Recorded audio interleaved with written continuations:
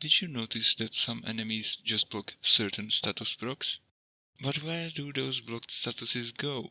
Are we just losing out, or is there something more? I am Neural Sensei, and I know a lot of things that you won't find on the wiki. That's where these things come in, the Aurax Atlock Arachnoids. They are the most obnoxious commonly spawning non-boss enemy in the game. They have individual element damage reduction that double dips on status procs, on top of both armor and shields, and those shields can regenerate quite quickly. Notice something unique to Arachnoids, and which is the shield covers the health completely. They have no heads and are ineligible for finishers and resist all CC. But most importantly, they ignore at least 4 status types, the strongest ones and impact. You will find these on Corpus Railjack, and despite everything above, they are not a miniboss or a special unit. I should be able to make a what makes a miniboss episode tomorrow. What secrets do they hold in the codex? Look at them. When they drop this in their place, you know they are not a miniboss. That's it.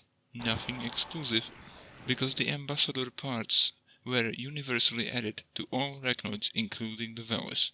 I didn't even play Railjack to get the parts I needed, so actually there is no reason to specifically fight them. Instead, what I'm gonna do is use them to measure the fairness of status blocking mechanics.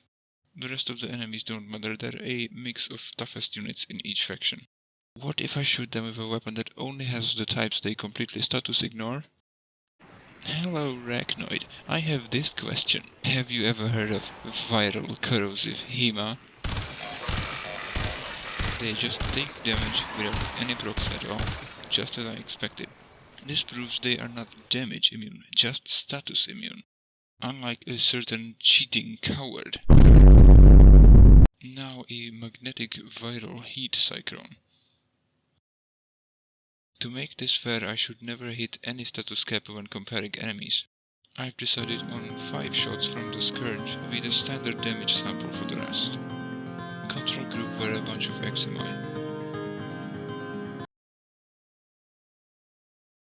Now for the test, first on Exodus. 14 statuses total.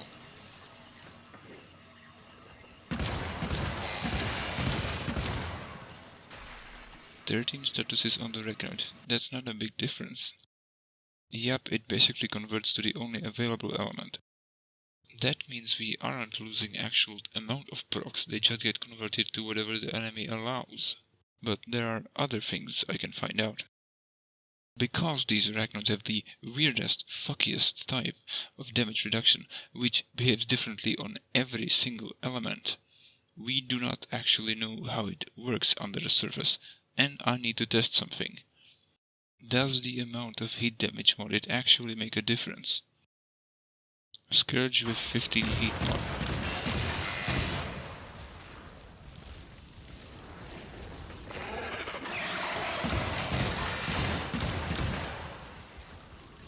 Scourge with 150 heat like last time.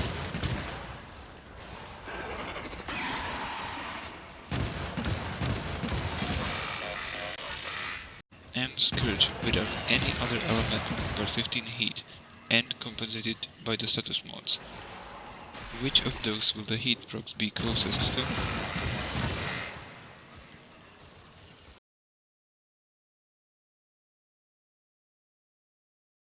It's definitely similar to the 15 heat normal build. But you will be losing a ton of DPS on units that are vulnerable to any other useful status, and the upfront damage too. We were only comparing the status stick damage, and that's not the whole picture.